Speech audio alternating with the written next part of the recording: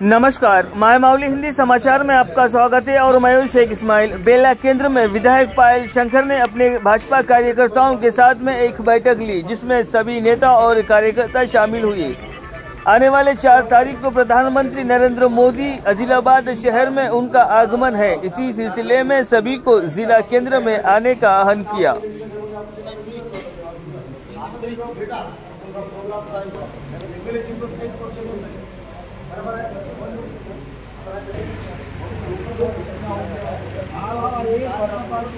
अंदर से गए तो किसी का ट्रीटमेंट करते हैं, किसी का भी नहीं।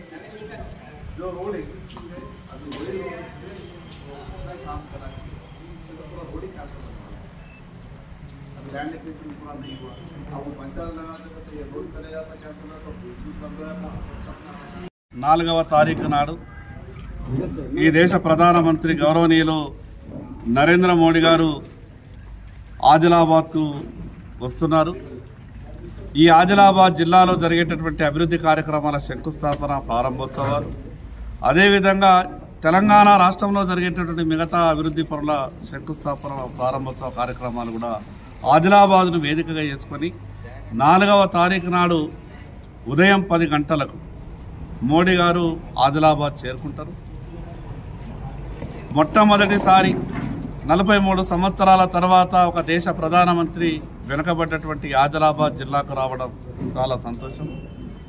మోడీ గారి రాక వలన ఈ జిల్లాలో ఉన్నటువంటి సమస్యలన్నీ కూడా పరిష్కారం అయితే అన్న ఒక గొప్ప ఆశతో జిల్లా ప్రజలంతా కూడా మేము ఎదురు చూస్తున్నాం।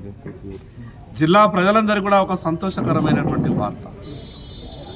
ఎప్పటికీ అరే బాబు ఈ ఆదిలాబాద్ జిల్లాకు ఈ దేశ ప్రధానమంత్రి గారు రావడం అనేక సంవత్సరాలుగా పెండింగ్లో ఉన్నటువంటి చాలా సమస్యలకు పరిష్కారం దొరుకుతుందన్న ఒక గొప్ప ఆలోచనతో ప్రజలంతా ఉన్నారు।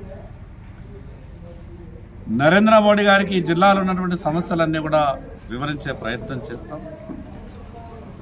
విధంగా ఆ రోజు జరిగేటటువంటి బహిరంగ సభకు ఉదయం 10 గంటలకు బహిరంగ సభ ప్రారంభమవుతుంది। 9 గంటలకి ఆదిలాబాద్ చేరుకోవాల్సిందిగా అభిమానులకు, భారతీయ జనతా పార్టీ కార్యకర్తలకు, నాయకులకు, జిల్లా ప్రజలందరికీ విజ్ఞప్తి చేస్తున్నాం। 4వ తారీఖు నాడు ఉదయం 10 గంటలకు ఆదిలాబాద్లో గల ఇందిరా ప్రియదర్శిని స్టేడియంలో ఈ యొక్క మోడీ గారి కార్యక్రమం ఉంటుంది। ఆదిలాబాద్ నుండి బేలా మహారాష్ట్ర రోడ్డుకు శంకుస్థాపన, దాదాపు 450 నుంచి 500 కోట్ల రూపాయల విలువ గల రోడ్డు పనులకు శంకుస్థాపన, ఆదిలాబాద్ పట్టణంలో ఉన్నటువంటి అండర్ గ్రౌండ్ డ్రైనేజ్కి కూడా శంకుస్థాపన, మిగతా కార్యక్రమాలను కూడా చాలా కార్యక్రమాలు ఉన్నాయి। అవన్నీ కూడా ప్రధానమంత్రి గారి కార్యాలయం నుంచి ఈరోజు సాయంత్రం వరకు మిగతా డీటెయిల్స్ అన్నీ కూడా వస్తాయి।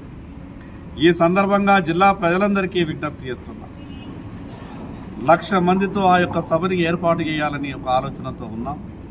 ప్రజలంతా కూడా స్వచ్ఛందంగా తరలివచ్చి ఆ యొక్క ప్రధానమంత్రి గారి బహిరంగ సభను విజయవంతం చేయవలసిందిగా పేరున ప్రతి ఒక్కరికి విజ్ఞప్తి చేస్తున్నాం।